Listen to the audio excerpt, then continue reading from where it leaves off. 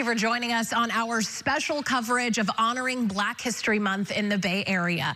I'm Noelle Bello. We are telling stories from every corner of the Bay about people who have made and are continuing to make their mark on the region and beyond. We start in the East Bay at the Oakland Aviation Museum. KRON4's Philippe Jagal gives us an inside look at how the space honors Black contributions to the aviation world.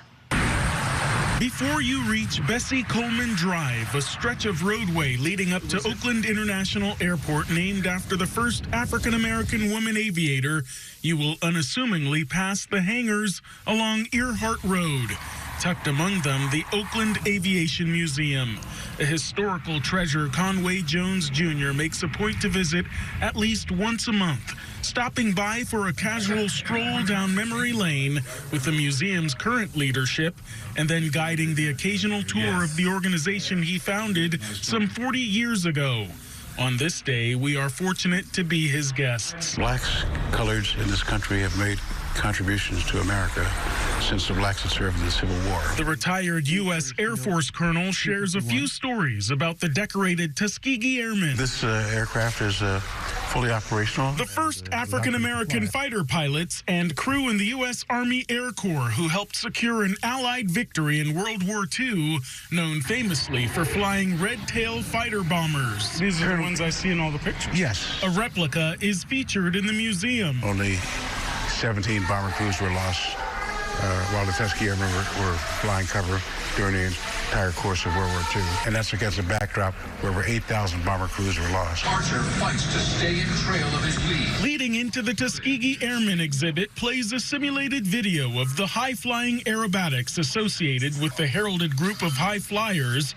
Jones says this was the first room set up when the museum moved to its current location. Roscoe Brown shot down one of the first German jets. The red tails mean the world to him. This is a replica of the Tuskegee Airmen Congressional Gold Medal. He grew up around them while his dad served for the U.S. Army in Tuskegee, Alabama. The colored airmen brought to the military service, the Army Air Corps, into our country, a set of values. Jones pays homage to Bessie Coleman, the first African-American woman to hold a pilot license. No one would teach her to fly planes here, so she had to go to France to get her pilot training, came back. The museum not only tells stories of the past, but also looks ahead to the future and how Black aviation has evolved. Fast forwarding to Victor Glover, who was a Black astronaut. He and 3 others, his 4-man crew, will be flying the NASA Artemis II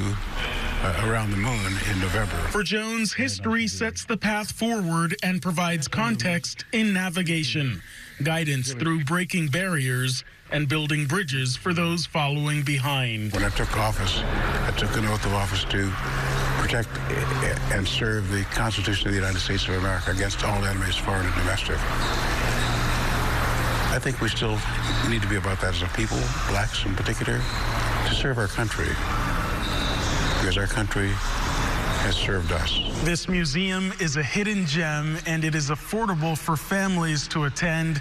It's open every Wednesday through Sunday from 10 o'clock in the morning until 4 o'clock in the afternoon, and the last ticket is sold at 3 o'clock. In Oakland, Philippe Jagal, KRON4 News. Heading now to Stanford, where KRON4's Ella Sugamonian tells us the story of how the son of a former slave became the university's first Black administrator.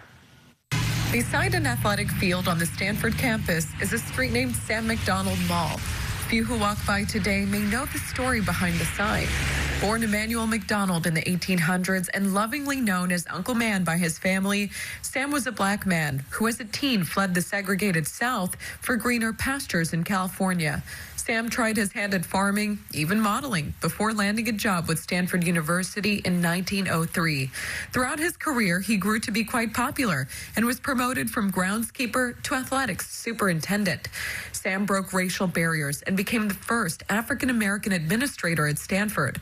His great niece says his success stemmed from curiosity, a positive attitude, and giving back. And not letting negative things weigh you down. And Uncle Man didn't do that. He had a mission, whether it was a stated mission or not, but he wanted to give to the community of Stanford He wanted to protect the environment. And just because he was a black man, that wasn't going to stop him. Sam accomplished that mission in more ways than one. He moved from the attic inside of the present-day visitor center and bought himself a sanctuary in the woods, a cabin. Standing 6'4" tall, he was a gentle giant among the redwood trees near La Honda. He eventually acquired 400 acres of that land in San Mateo County and donated all of it to be enjoyed by the public. It's also now named in his honor, Sam McDonald State Park. I think his story is remarkable, and I want to make sure that it is passed on to future generations as a story of resilience and tenacity. And I think that people come away from the programs that I lead about Sam McDonald really feeling connected to this person and to what he brought to this world. And I feel like that's a beautiful thing. His tenacity gave way to business investments and even law enforcement. His great niece is proud by the legacy he left behind. When he died, in his will, he said that he did not leave anything to his family, and it was not for the lack of love, but that they would be better provided for otherwise. And at the time, the otherwise just didn't, I know from my father and my uncle, didn't make sense. It makes sense to me. It really does now. What I see, what he did, the legacy that he left, and for those redwood, the acreage that he left is a state park. The park is now considered to be added to the National Historical Registry. And though he never fathered his own kids, Sam read and played music for them at the convalescent home, which is now the Lucille Packard Children's Hospital. Reporting in Palo Alto, I'm Ellis Gamonian, KRON4 News. So many important stories to share tonight. Still ahead, a Bay Area rapper breaks down how his grandfather discovered a prominent piece to the periodic table. Imagine if you could lose fat in a stubborn area almost instantly. Take advantage of Elite MD's $500 Slim Down Savings. The Elite Skull procedure is done right in the office. It melts your fat. It tightens your skin. There's a faster recovery, and it's a safer procedure. So this is a procedure that's not just for stubborn belly fat. We can literally do this anywhere from the neck all the way down to the ankles. I'll be 50 next year. And so I feel better now than I felt in my 20s. Call today to schedule your complimentary consultation. Hi, this is Daniel at John Buys Bay Area Houses. Want to sell your home without any hassle? Here's how it works. Dial us up, we'll swing by for a fast home check and give you a cash offer. Pick a closing date that works for you, seal the deal, and cash in. It's really that easy. Just call John Buys Bay Area Houses at 415-985-7000. That's 415-985-7000. John Buys Bay Area Houses. Sell your house the easy way. We built. It's coming. Your dream kitchen, bathroom, ADU. We built. For nearly a decade, grateful homeowners love AKC's affordable quality craftsmanship in their kitchen and bathroom remodels. But now, for all your building needs, the one call, the only call. It will come. Your home of dreams. AKC Remodel. We built. Jerry Rice, touchdown 49ers. In my pursuit to greatness, I discovered the secret. Dedication to my team and my relentless drive to win. I chose to be in the presence of greatness. Bernardi Zarata, the official injury attorneys of the San Francisco 49ers, share the same dedication, the same drive, the same spirit of champion. When justice is your goal, choose the dedicated team of Bernardi Zarata, your faithful injury attorneys. Welcome back. Now for the story of the first black man who is credited with contributing not one, but two elements on the periodic table. And he did it on UC Berkeley's campus. Our photojournalist has his story, told from the perspective of his grandson. If you've never heard any of IMCU's music before, then you got 10+ years worth of hit songs to listen to. Even though it takes a ton of hard work and dedication to make quality music for that long, he credits a big influence to the historical legacy of his grandfather. He was definitely a father figure in my life. He always was playing music, always humming, whistling, it was just a musical, just bright spirit. Not only did his grandfather have a love for music, his passion for science is what made him a part of American history. James Andrew Harris originally went to college in Texas on a music scholarship, but he left with a degree in chemistry. And after graduating, he moved to California to become a nuclear chemist in UC Berkeley's Lawrence Radiation Lab. And in 1969, he led a team of chemists who went on to co-discover elements 104 and 105 of the periodic table, formerly known as rutherfordium and dubdium. This milestone made him the first black person to help discover an element on the periodic table, something that was almost unthinkable at the time. Jim Harris, who's been responsible for making mostly the chemical phases, the target... Just for as long as I can remember, it was 1 million awards, 1 million plaques, like, on the walls, just from, like, different associations and stuff, and just acknowledging him. But despite the praise he received, his accomplishments were constantly overlooked and even questioned, as blatant racism and discrimination still ran rampant. And a team of Russian scientists working simultaneously claimed to have discovered them first. This battle went to the federal level and took nearly 30 years to settle. I'm also from Helsinki, Finland, who's primarily been... And finally, in 1997, Berkeley's team was credited for the discovery of element 104, and Russia's team was credited for the discovery of element 105. But instead of being hyper-focused on this international dispute, Harris had a bigger goal in mind and went on to take a job in the lab's Equal Opportunity Office. From then on, he worked to diversify the field of engineering and science and bring more women and people of color into it. You know, and just a man of respect and just wanting to follow in his footsteps and leaving a lasting impact. But not only that, but to empower my community as well and provide a pathway and information and just be a figure for the next generation. And IMSU is keeping his grandfather's dream of diversity in STEM alive with the James Andrew Harris Grant. The grant covers college tuition fees for up to 400 Nigerian public school students.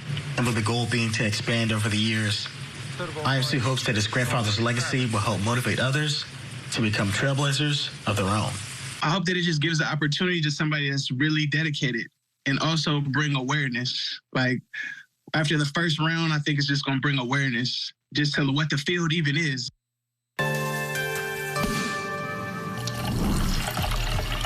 Grab a glass. We are heading to Antioch, where a new wine bar is bringing Black-owned wine to the table. This Saturday, the CW is the home of Live Golf. Every hole, every shot, every moment. The Live Golf League just keeps getting better and better. The CW's Live Golf is changing the game. Incredible! With cutting-edge innovations and fast-paced play by some of the world's greatest golfers. Are you ready? Oh, it's on. Watch it all right here on the CW. Yes! Live Golf Jeddah, live this weekend, starting Saturday morning at 9:30 on KRON4. Down, but I won't take no show up and I'm in the zone. Kick it back till you bend down low. Are you ready? Are you ready? Are you ready? Let's go.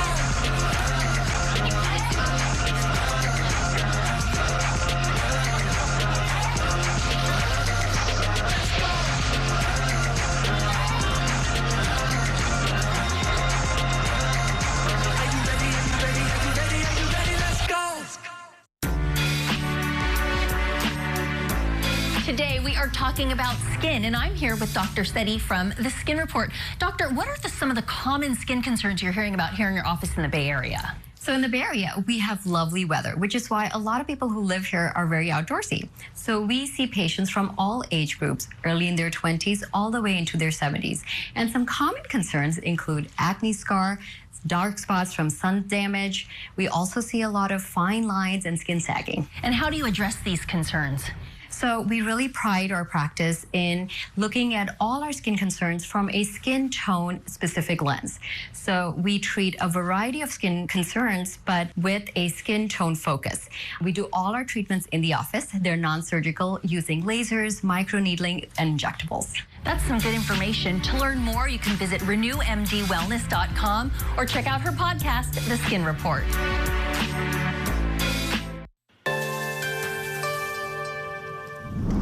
20 21-year-old Gavin Payton is a leader in the NAACP Youth Council, both locally and regionally. But the road wasn't easy. KRON4's Philippe Jagal tells us about the hurdles he overcame to get there. I was picked on for having seizures. I was picked on because I was gay. And I constantly got picked on, but I decided I wasn't going to allow that. And how do you push back? By being unapologetically me. Gavin Payton gets his point across without having to yell. A quiet thunder type of leader that just gets the work done. Proving you can be direct, lead by example, make differences in other people's lives. We give out scholarships. And do so as living proof every life has purpose. Gavin's story is a little bit different. As his mother, Dr. Kimberly Payton, shares, his life almost ended as soon as it began. Born with transposition of the great arteries, a group of congenital heart defects, the blood clotting disorder, hemophilia, and scoliosis. We have literally lived in Bay Area children's hospitals almost all of Gavin's life. In all, to date, I think he's had some 22 surgeries. So fighting and struggling is nothing for him. No justice, no peace. Racism, bullying, and a perceived controversial curricular imbalance in education pushed the now 21-year-old Payton to serve as Youth Council President for the East County NAACP. In the 7th and 9th grade, I experienced bullying because I was African American, but also because I was open about who I was. Payton succeeded his younger sister Gianna as president. Gianna is credited with reviving the civil rights organization's Youth Council, fighting to change the group's charter to empower youth and their voices. Payton's mother and great-grandmother also volunteer for the NAACP. We need to come together as a community and stay strong. Last year, outside the Antioch Police Department, Payton and his mother spoke out against systemic racism and rampant homophobia after the city's top cop, Chief Dr. Stephen Ford, abruptly stepped down amidst the prolonged local and federal probes into alleged corruption by dozens of officers in Pittsburgh and Antioch, leading to indictments. I've known him ever since birth. Pastor Charles Glasper gives Payton time and space at True Life Missionary Baptist Church in Pittsburgh to hold meetings and set the tone for the Youth Council's agenda. I'm ecstatic about his involvement in the community. And he's growing as an activist in the community in many ways, and I'm elated about it. Payton's mentor and Antioch City Council candidate Dominique King says she has long known the young man could lead. Things that he has done, just like the Know Your Rights campaign that he brought here to Pittsburgh, the ones that he wants to bring to Antioch and all over East Contra Costa County, is history in the making. An aspiring movie and television director attending the Academy of Arts University in San Francisco while balancing his civic duties and medical issues, Payton wastes no time zeroing in on what he identifies as a cause worth his time and surrenders himself to it. We wouldn't be where we are if it wasn't for people like Malcolm X, Huey P. Newton, Martin Luther King, Mr. Willie Mims, Reverend Charles Glasper, Miss Frances Green. Even though I am gay and I am who I am, I do not apologize for that, and I will not apologize for that. And I will always continue to use my voice, and I'll always be true to who I am. We need to be strong in numbers, and we need to be stronger together. And the only do that is if we stay together and stick together as one and speak as one voice. Thank you. Philippe Jagal, KRON4 News. We head over to Antioch now, where a sister duo opened the city's first ever winery. KRON4's Elisa Gamonian gives us a taste of the Pour Up Wine Bar. Hi, I'm Angela. And I'm Monique. Welcome to the Pour Up Wine Bar. So we chose the color green because it embodies new beginnings. You know, it gives you a warm and cozy feeling. And soon, people will be able to cozy up along the Antioch waterfront for wine tastings of all kinds of varietals at 1 Street.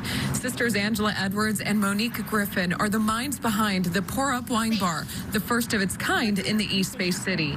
So the focus is Black-owned wine, and we'll also have others here as well. So local-owned, Black-owned, minority-owned, and our very own, the Pour Up Wine. During the pandemic, the two decided to create their own label, but found it tough to get other businesses to carry their wine. So they took matters into their own hands. Since we had difficulties like getting it out there, like getting it in stores,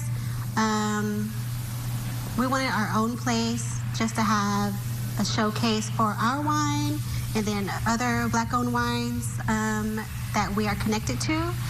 Actually, before we started wine, I never knew that there were so many Black-owned wine companies. I had no idea. So I just can imagine how many other people that have no idea. So we're excited to bring that here to Contra Costa County and have everyone try it. They didn't have much funding to start out with until they found the City of Antioch's Small Business Grant Program through a nonprofit called Working Solutions. They got a loan and say if they can do it, so can you. Just go for it, because they can. Yeah, you can. There's going to be obstacles in the way. You can't give up. You have to keep pushing, for sure. It's possible. Just go for it. Apply to those grants. Just apply yourself. The pour-up will officially welcome customers this spring. Reporting on the waterfront in Antioch, I'm Ella Sigimonian, KRON4 News. Cheers. Coming up, from volumes to viral, we hear the story of how a North Bay librarian became well known to millions around the world for his love of reading. Catherine Liebarger won higher wages for nursing assistants and janitors, overtime pay for farm workers. And Catherine is winning equal pay for more women. Uber is so afraid of both overtime and equal pay, they're spending $1 million to try and beat Catherine. Catherine is endorsed by California's nurses and teachers, Equality California, and California Environmental Voters. We can't spell Astound without you. And you can count on our fiber-powered network to deliver award-winning, ultra-fast, ultra-reliable internet. And we can't be beat with mobile on one of the nation's largest, most reliable 5G networks. Save on internet, just $20 a month, plus add mobile for $15 more. We do everything with you in mind, bringing you ultra-reliability, speed, and savings. Get internet for $20 a month, add mobile for $15 more. Switch to Astound for a plan that fits you.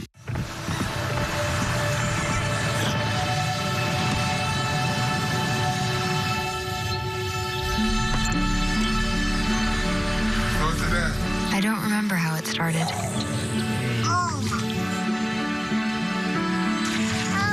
Our back and forth. Victory. Fumble. Repeat. It always came back.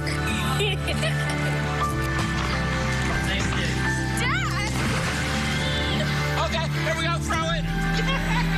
Yeah. You probably don't remember what you told me. That was perfect. But I heard every word. Nice.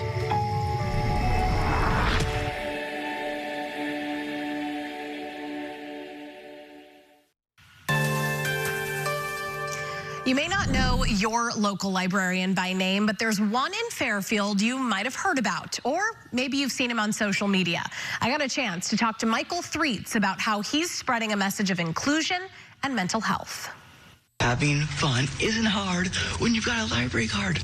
Every day, bright-eyed and afro-haired, Michael Threatz greets his more than 1 million followers on TikTok and Instagram with a smile and positive attitude. I think I made a dance video at first. Quickly found out I am indeed not a dancer. Hopping on TikTok during the pandemic, he soon pivoted to talking about the thing he loves most, books. It's a beautiful day to save books. I would use the trends and I would turn it into bookish content. And that's when I realized, like, hey, this is a tool for us to reach people. Let's remind them of the library. And remind them he has. You have your library card tattooed on you, right? As his follower numbers grew, so did the number of people visiting local libraries. And so many people message me each day on social media saying, look, I got a library card. I need you to be proud. And I'm like, I am proud. People from the Bay Area, from Oakland and San Francisco, New York City, Florida, but then even people having, people say they get a library card from Africa, from Germany, from New Zealand, from Japan. Born and raised in the Bay Area, Michael got his first library card at age 5 at the Fairfield Civic Center Library. But growing up, he never really saw himself as a librarian. I didn't see people of color behind the front desk. I didn't see any men behind the front desk. So in me, it wasn't forbidden. I wasn't like, oh, it'll never happen for you. It just never triggered as a thought that I could one day become a librarian. Now, that same library he grew up in is the one he's worked at for the last decade. A job he says has been an honor. My library has books, movies, music, musical instruments, board games, video games. We just launched a bakeware collection. Michael simply believes no matter who you are or what you're going through, you can find comfort in your local library. Library is that third space, that space where there are no expectations of having to buy a book, having to buy a membership. You can just come in just as you are. And while he's not trying to target any one group specifically, I do love the fact that I'm a black male, I'm a brown male, I'm black and Mexican. So I love that I can be kind of like a presence for kids of color. I'm covered in tattoos, so they can see a tattooed person. They can see a giant Afro-wearing person. His message doesn't stop there. He tackles literacy issues. Dear dyslexic you, your brain is brilliant. And mental health. Mental health check. Michael suffers from depression and severe anxiety, among other mental health issues. Because I suffer from those things. I suffer from things that people come into the library with every single day. It is okay to not be okay. 369, it's okay to not be fine, because I know that you will get there. And while those topics were once taboo in his family, I'm so happy to be able to present that platform and show people that whoever they are, if their culture said, don't talk about this, maybe our cultures need to be having a new conversation about what's acceptable. We send each other your TikToks at the time. I love that. Michael's openness has earned him fans all over the world. Michael has such a great energy. He has the kind of energy that I want to give to my community as an educator, hopefully in the future. He's embracing all the love thrown his way and hopes wherever you live, you'll show your librarian a little love too. I want people to remember that their local library, their local librarian is just as cool. Go say hi to your local librarian. Make their day. While Michael has loved his work at the library, he has decided it's time to take a step away for his mental health. He does, however, plan to continue advocating for literacy and library joy through new avenues he's found through his social media presence. That wraps up our special coverage of honoring Black history in the Bay Area. If you want to check out these stories and more, you can always head to our website, KRON4.com. I'm Noelle Bello. Thanks for watching.